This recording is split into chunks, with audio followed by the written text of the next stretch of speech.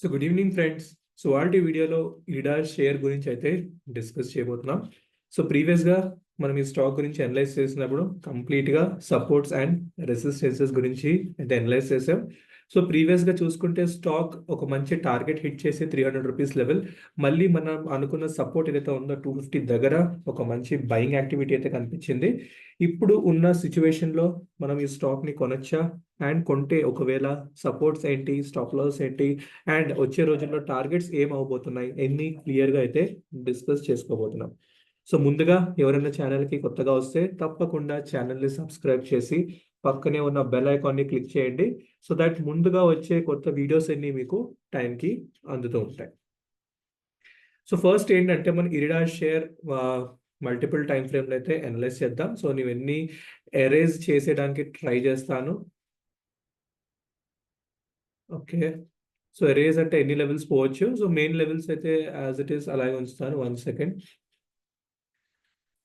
So ఈ levels ఎవరైతే క్లియర్గా ఫాలో అవుతున్నారో సో వాళ్ళకి ఎన్ని అర్థమై ఉంటాయి, ఏంటి ఎక్కడ తీసుకోవాలి ఏంటి అని, రైట్.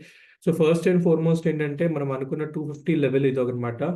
అండ్ ఉన్న ఒక రెసిస్టెన్స్ వచ్చేసి ఇక్కడ సమ్వేర్ అరౌండ్ 300 దగ్గర ఒక రెసిస్టెన్స్ అయితే అనుకున్నాం. సో రెండింటి మధ్యలో అయితే కరెంట్ స్టాక్ నేను ట్రావెల్ అవుతుంది. So according to chart pattern అయితే మాత్రం ఈజీగా మళ్ళీ అదే లెవెల్ అయితే టెస్ట్ చేసే హై ప్రాబబిలిటీ అయితే కనిపిస్తుంది, బికాజ్ ఇది ఒక healthy price action.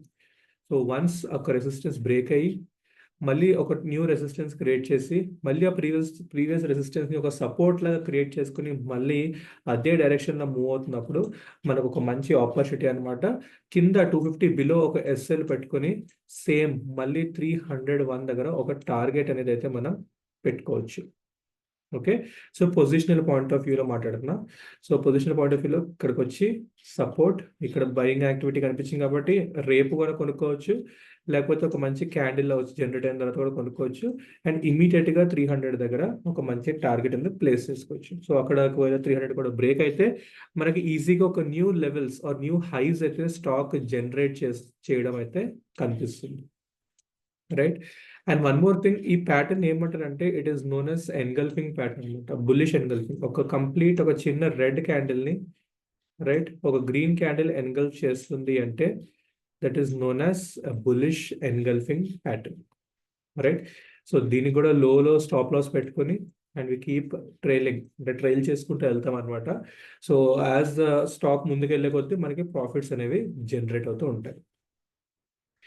So as usual ఇది డైలీ పాయింట్లో అండ్ వీక్లీ చార్ట్లో కూడా ఒకసారి మనం అనలైజ్ చేస్తే వీక్లీలో మనకి ఒక మంచి రెడ్ కింద అయితే కనిపించింది.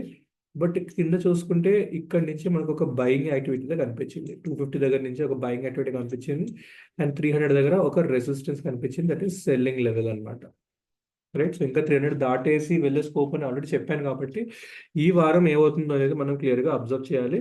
అండ్ బడ్జెట్ వీక్ కాబట్టి కొంచెం వోలటైల్ మూవ్స్ అయితే కనిపించవచ్చు. సో ఎవరైతే ట్రేడ్ చేస్తున్నారో కొంచెం జాగ్రత్తగా స్ట్రిక్ట్ స్టాప్ లాసెస్ పెట్టుకుని అయితే ట్రేడ్ చేయండి. ఆప్షన్స్లో చేసే వాళ్ళు కూడా వర్తిస్తుంది అండ్ ఈక్విటీలో చేసే వాళ్ళు కూడా సేమ్ కండిషన్స్ అనేవి అప్లై అవుతాయి. సో ఇదనమాట ఇరిడా స్టాక్ గురించి. ఇంకా మీకు ఏమైనా స్టాక్ గురించి సెపరేట్ డిస్కషన్ కావాలి అనుకుంటే డిస్క్రిప్షన్లో ఆర్ సారీ కామెంట్ బాక్స్లో అయితే మెన్షన్ చేయండి, నేను సెపరేట్గా ఒక వీడియో అయితే చేస్తాను. సో థ్యాంక్ యూ అండి ఫర్ జాయినింగ్, అండ్ ఛానల్ని సబ్స్క్రైబ్ మాత్రం చేసుకోవడం మర్చిపోకండి.